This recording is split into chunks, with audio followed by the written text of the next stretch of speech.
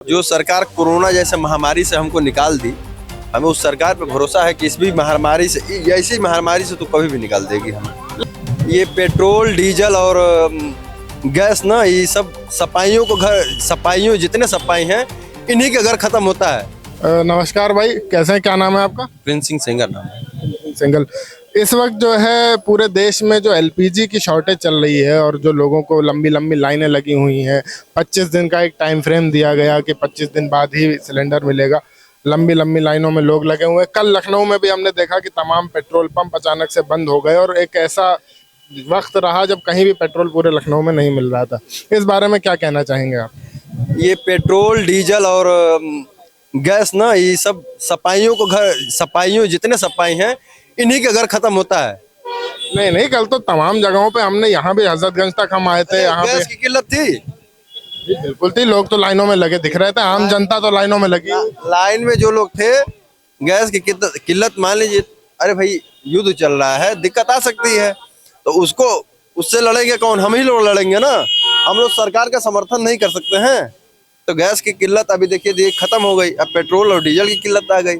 अब कुछ दिन के बाद कुछ लोग तो ऐसे हैं जो पेट्रोल पंप पे जाके और मोदी और योगी को गाली दे रहे हैं, अमित शाह को गाली दे रहे हैं।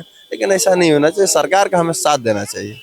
नहीं तो लोग अगर सरकार से परेशान होंगे, उन्हें दिक्कतें का सामना करना पड़ेगा, तो जाहिर सी बात है भाई, जिन्होंने उनको वोट देके वहां पहुंचाया है उनको ये भी तो हक है कि वो जो है उनके खिलाफ बोल सकते हैं अगर उन्हें दिक्कत। जो सरकार कोरोना जैसे महामारी से हमको निकाल दी, हमें उस सरकार पे भरोसा है कि इस भी महामारी से, ऐसी महामारी से तो कभी भी निकाल देगी हमें। लेकिन कोरोना को लेकर भी तमाम बातें उस वक्त कहीं कहीं तमाम आंकड़े छुपाए गए जब गंगा नदियों में तमाम लाशें बह रही थी। पीएम केयर फंड को लेकर के तमाम आरोप सरकार पे लगे। पीएम केयर फंड का जब चिट्ठा मांगा गया, जब उसके लिए आईटीआर दाखिल की गई, तो उसके लिए भी जो है कोई जवाब सरकार की तरफ से नहीं आया कि वो पैसा पीएम केयर फंड का कहाँ खर्च हुआ, कैसे खर्च हुआ। जब उसका पूरा पूरा ब्यौरा मांगा गया तो उसका भी कोई जवाब सरकार ने नहीं दिया उस वक्त भी। देखिए, बात यह है कि जितने विरोधी दल, इनको सरकार से हर चीज का जवाब चाहिए, और ये यही लोग हैं जो सरकार का साथ, जो भारत आपदा में है तो उसमें सबको साथ देना चाहिए। पार्टी लेवल से आप पार्टी लेवल को देख कर ना चलिए, सबको आप सरकार का साथ दीजिए। अगर सत्ता में आप भी आएंगे तो हम भी साथ देंगे, भारतीय होने के नाते हम साथ देंगे। हम ये थोड़ा देंगे कि हम भाजपाई हैं तो आज हमारी भारत जो है कि आपदा में है तो इनका हम साथ ना दें। तो इसमें हम सबको एक साथ मिलकर सरकार का समर्थन करना चाहिए। सरकार का समर्थन तो जाहिर सी बात है करना चाहिए, बिल्कुल ठीक बात है। जब हम पूरा दिक्कत जो है, पूरा देश दिक्कतों से जूझ रहा है, तो सरकार के समर्थन में कोई बुराई नहीं है।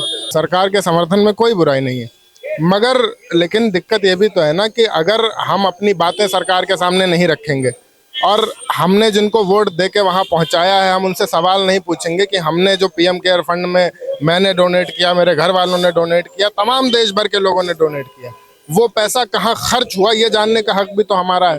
तो अगर सरकार ये मना कर देगी कि वो ये भी नहीं बताएगी हमको कि हमारा दिया हुआ पैसा कहाँ खर्च किया। जब भी किसी डिपार्टमेंट में, पीडब्ल्यूडी डिपार्टमेंट हो गया, तमाम संस्थान है, वहाँ पे पैसा जाता है तो वो पैसा कहाँ खर्च होता है तो पूरा ब्यौरा सरकार उनसे लेती है, उन डिपार्टमेंट से मांगती है, और वो जो हम मांगेंगे तो हमें भी दिखाया जाता है कि हाँ पीडब्ल्यूडी का ये पैसा इस रोड को बनाने में इतना खर्च आया।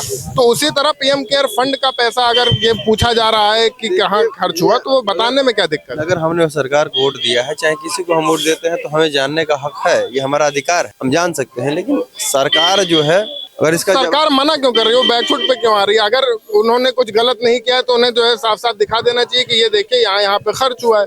ये दस्तावेज देने में क्यों इतना हिचकिचा रही है सरकार? सरकार दस्तावेज हो सकता है अपने हिसाब से दे, हो सकता है अपने हिसाब से दे, ये भी हो सकता है। तो अपने हिसाब से कब? कोरोना को भी 2019 में जो है गुजर चुका कोरोना, आज 7-8 साल होने जा रहे हैं, तो अब कब कितना वक्त लेगी आने वाले वक्त में सरकार? अब कितना टाइम लेके 7-8 साल बाद भी अगर नहीं दे जो है जनता के हर सवाल का जवाब जरूर देगी।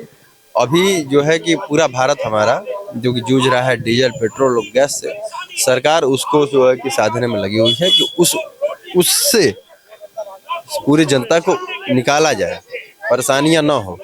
तो ये कहीं ना कहीं परेशानियां हैं वाकई। ये भी क्या दिक्कत की बात नहीं है कि एक देश जो है वो, मतलब एक देश जिसमें अभी हाल ही में इतना वक्त भी नहीं हुआ जंग शुरू हुए, और कुछ ही दिन में इतनी दिक्कतें आ गई कि हमारे पास इतना स्टॉक भी नहीं था कि हम जो है कुछ वक्त 1 महीना 2 महीना भी काट सकें जब तक हमारे पास बाहर से पेट्रोल ना आए। तो इतना स्टॉक तो किसी देश के पास होना। स्टॉक ऑलरेडी अवेलेबल था भैया। सरकार ने हमेशा कहा कि स्टॉक अवेलेबल है। जितने विरोधी लोग हैं अफवाहें फैला के जनता को दिक्कत में डाल दिया। चलिए ठीक है, आपसे बात करके बहुत अच्छा लगा, बहुत बहुत शुक्रिया।